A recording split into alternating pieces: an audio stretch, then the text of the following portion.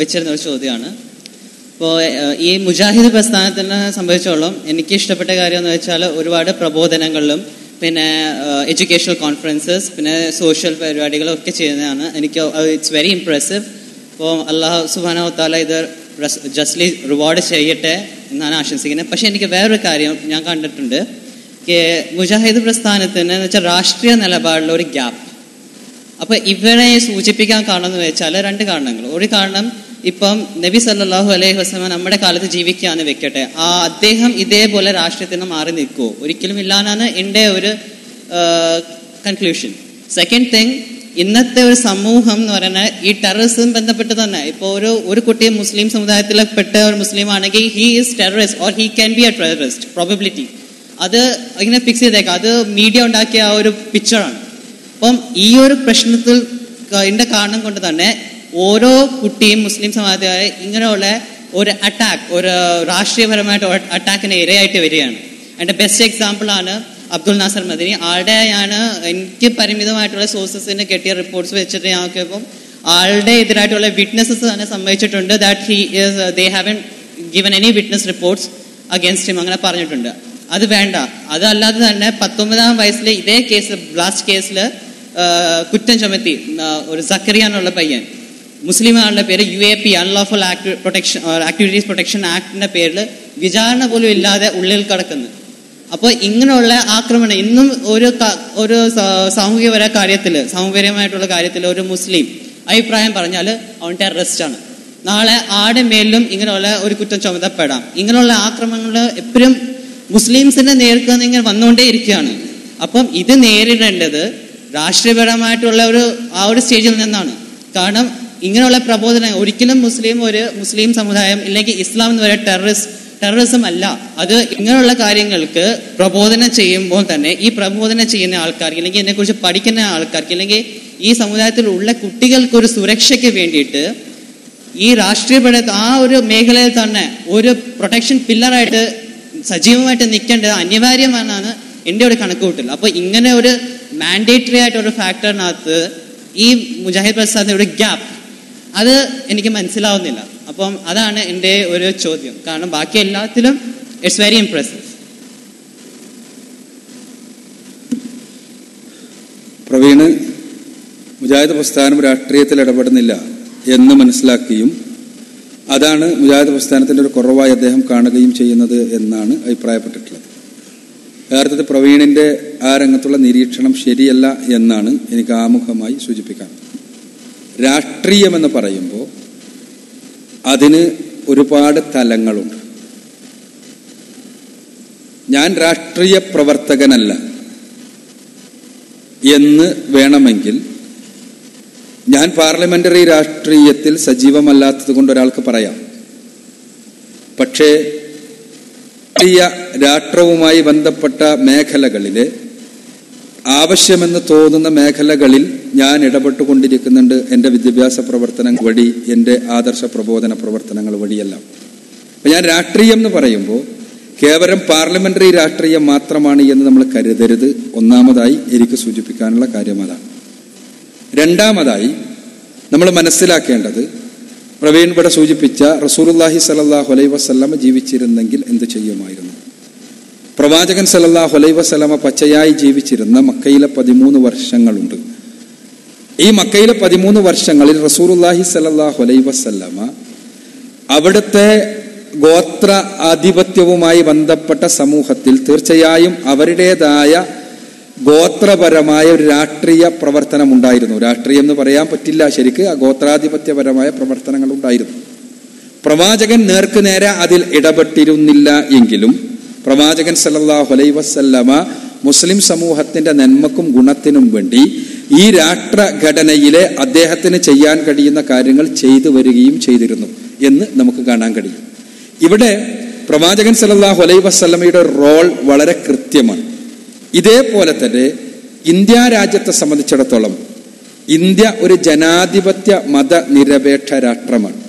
പ്രവീൺ ഇവിടെ സൂചിപ്പിച്ച മുസ്ലിങ്ങൾ നേരിടുന്ന പ്രശ്നങ്ങളെല്ലാം ഇന്ത്യയിലെ മുസ്ലിങ്ങളുടെ മൊത്തത്തിലുള്ള പ്രശ്നമാണ്. മുജാഹിദുകളുടെ മാത്രം പ്രശ്നമല്ല, സുന്നികളുടെ മാത്രം പ്രശ്നമല്ല, ജമാഅത്തെ ഇസ്ലാമിക്കാരുടെ മാത്രം പ്രശ്നമല്ല. ഇന്ത്യയിലെ ന്യൂനപക്ഷങ്ങൾ നേരിടുന്ന പ്രശ്നങ്ങൾ മുഴുവനും ന്യൂനപക്ഷങ്ങളുടെ പ്രശ്നപാട്. അതിൽ ദളിതുകൾ വരും, ക്രിസ്ത്യാനികൾ വരും, മുസ്ലിങ്ങൾ വരും, പലരും വരും. അപ്പോൾ പ്രശ്നങ്ങളെ ജനാധിപത്യം എന്ന് പറയുമ്പോൾ ജനങ്ങളുടെ ആധിപത്യമാണ്.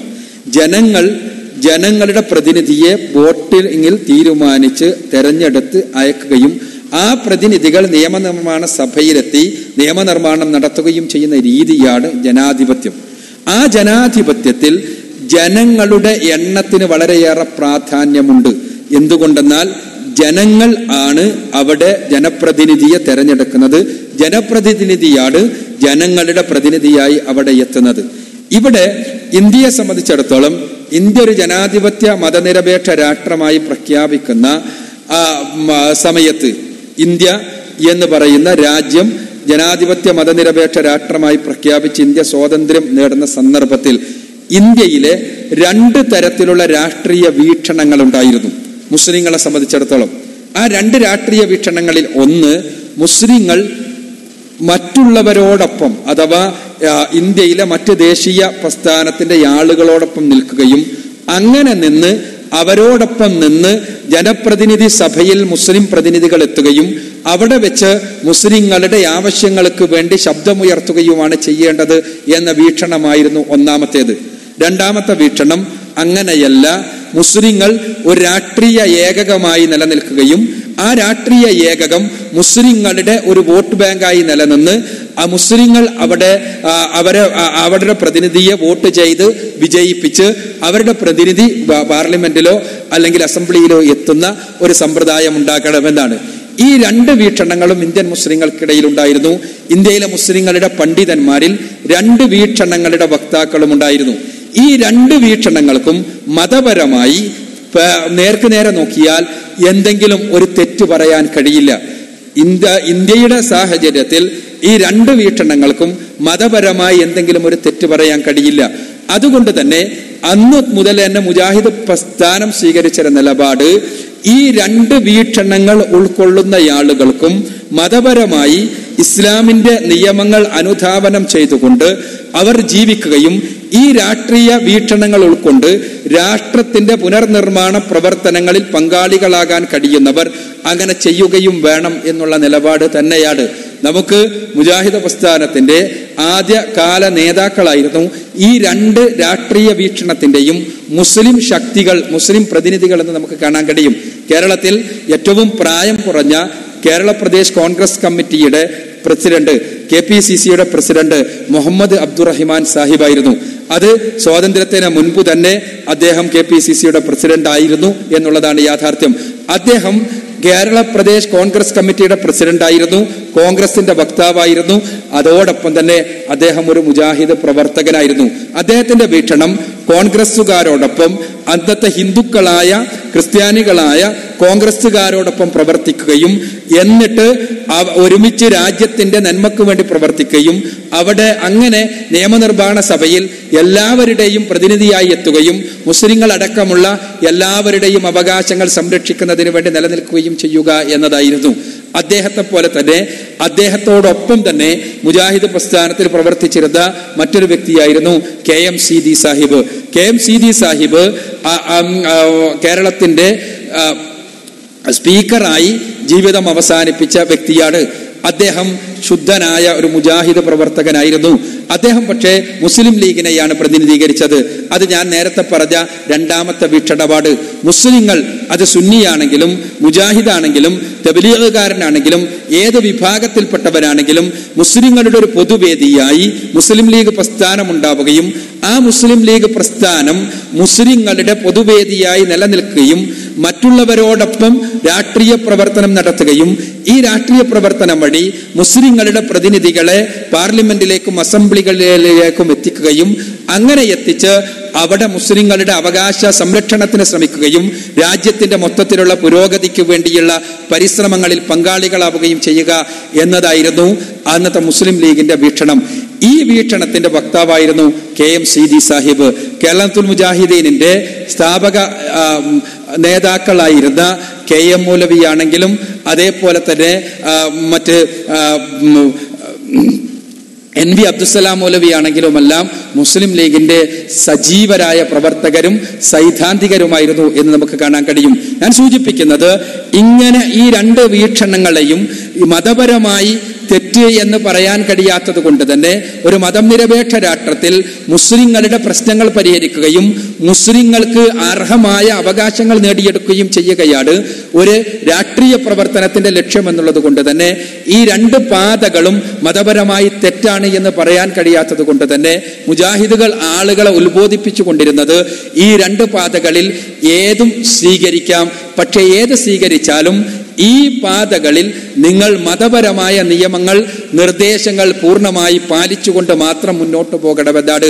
രാഷ്ട്രീയ നേതാവ് നിങ്ങൾക്കാകാം, അഴിമതിക്കാരനായിക്കൂടാ, സ്വജനപക്ഷപാതിയായിക്കൂടാ, നിങ്ങൾക്ക് മന്ത്രിയും MLA-യും MP-യുമെല്ലാമാകാം, പക്ഷേ അത് അഴിമതിക്കുള്ള ഒരു മാതായനമായി നിങ്ങൾ കണ്ടുകൂടാ. മുജാഹിദ് പ്രസ്ഥാനം നിർവഹിച്ച ആ രംഗത്തുള്ള കൃത്യമായ വീക്ഷണവും മുജാഹിദ്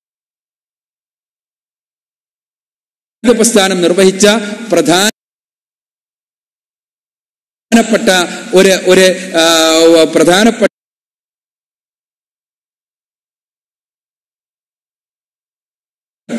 ഒരു ഭാഗധേയവും അതാണ്.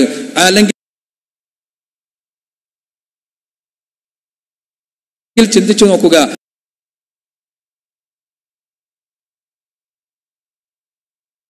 മുജാഹിദുകൾ രാഷ്ട്രീയ ഏകകമായി നിലനിന്ന് കഴിഞ്ഞാൽ അതുകൊണ്ട് ഇന്ത്യ പോലുള്ള ഒരു ജനാധിപത്യ രാജ്യത്ത് വോട്ടാണ് പ്രധാനപ്പെട്ട ആയുധം എന്നുള്ളത് കൊണ്ട് തന്നെ ആ വോട്ട് എന്നുള്ള ആയുധത്തിന് ഒരു വിലയുമില്ലാതെയാവുകയാണ് ചെയ്യുക. മറിച്ച് മുസ്ലിങ്ങൾ ഒരു ഏകകമായി നിലകൊള്ളുമ്പോൾ വോട്ട് എന്ന ആയുധത്തിന് പ്രസക്തിയുണ്ടാകും. അത് ഒരു മുസ്ലിങ്ങളും ഹിന്ദുക്കളും എല്ലാവരും കൂടി ഒരുമിച്ച് നിൽക്കുന്ന ഒരു ദേശീയ പ്രസ്ഥാനത്തിലാണെങ്കിലും അതല്ല ഒറ്റക്ക് മുസ്ലിങ്ങൾ നിൽക്കുന്ന ഒരു മുസ്ലിം സാമുദായിക പ്രസ്ഥാനത്തിലാണെങ്കിലും. അതുകൊണ്ട് തന്നെ മുജാഹിദുകൾ എന്നും എക്കാലഘട്ടത്തിലും ആളുകളോട് പറഞ്ഞു വന്നിട്ടുള്ളത് രാജ്യത്തിന്റെ രാഷ്ട്രീയ പ്രവർത്തനങ്ങളിൽ, രാഷ്ട്ര പുനർനിർമ്മാണ പ്രവർത്തനങ്ങളിൽ സജീവമാകണം അതിന് കഴിയുന്ന ആളുകൾ എന്നാണ്. അതിന് കഴിയുന്ന ആളുകൾ സജീവമാവുകയും അവിടങ്ങളിലെല്ലാം എത്തിപ്പെടുവാൻ വേണ്ടി പരിശ്രമിക്കുകയും അവിടെ ഇസ്ലാമികമായ മൂല്യങ്ങൾ ഉൾക്കൊണ്ടുകൊണ്ട് നിലനിൽക്കുകയും രംഗത്ത് വന്ന സന്ദർഭത്തിൽ ചില ആളുകൾ രംഗത്ത് വന്ന രാജ്യത്ത് മുസ്ലിങ്ങൾക്കെതിരെ സായുധ സന്നാഹങ്ങൾ നടക്കുമ്പോൾ അതേപോലെ സായുധ സന്നാഹങ്ങൾ നടത്തി മുസ്ലിങ്ങൾ പ്രതിരോധിക്കുകയാണ്, അല്ലെങ്കിൽ ആവശ്യമെങ്കിൽ പ്രത്യാക്രമണം നടത്തുകയാണ് വേണ്ടത് എന്ന് പറഞ്ഞുകൊണ്ട് രംഗത്ത് വന്നപ്പോൾ അത് മതത്തിന്റെ മാർഗമല്ല എന്നും മറിച്ച് ജനാധിപത്യ മതനിരപേക്ഷത സ്ഥിതി ചെയ്യുന്ന ഒരു രാജ്യത്ത് ആ ജനാധിപത്യത്തിന്റെ ഭരണഘടനയുടെ അടിസ്ഥാനത്തിലാണ് മുസ്ലിങ്ങൾക്കെതിരെയുള്ള അതിക്രമങ്ങളെ പ്രതിരോധിക്കേണ്ടത് എന്നും പഠിപ്പിച്ചത് മുജാഹിദ് പ്രസ്ഥാനമാണ്. മുജാഹിദ് പ്രസ്ഥാനത്തിന് രാഷ്ട്രീയമുണ്ട്. പ്രസ്ഥാനം എന്നുള്ള നിലക്ക് പാർലമെന്ററി രാഷ്ട്രീയമില്ല. എന്നാൽ പാർലമെന്ററി രാഷ്ട്രീയത്തിലും പ്രസ്ഥാന പ്രവർത്തകർക്ക് പങ്കെടുക്കുവാനും അവിടെയും കൃത്യമായ മാർഗനിർദ്ദേശം നൽകി അവിടെ കൃത്യമായി എന്ത് ശരി എന്ത് തെറ്റ് എന്ന് കൃത്യമായി പഠിപ്പിക്കുകയും ചെയ്യുന്ന ഒരു ശൈലിയാണ് മുജാഹിദ് പ്രസ്ഥാനം മുന്നോട്ട് കൊണ്ടുപോയിട്ടുള്ളത്. അത് തന്നെയാണ് ഒരു മത പ്രസ്ഥാനം എന്നുള്ള നിലക്ക്, പ്രവാചകൻ സല്ലല്ലാഹു അലൈഹി വസല്ലമയിൽ നിന്ന് മതം പഠിച്ച ആളുകൾ എന്നുള്ള നിലക്ക് ഇന്ത്യയെ പോലെയുള്ള ഒരു മതനിരപേക്ഷ സമൂഹത്തിൽ ഒരു ഇസ്ലാമിക പ്രബോധക പ്രസ്ഥാനത്തിന്റെ ദൗത്യം എന്നാണ് മുജാഹിദുകൾ മനസ്സിലാക്കുന്നത്.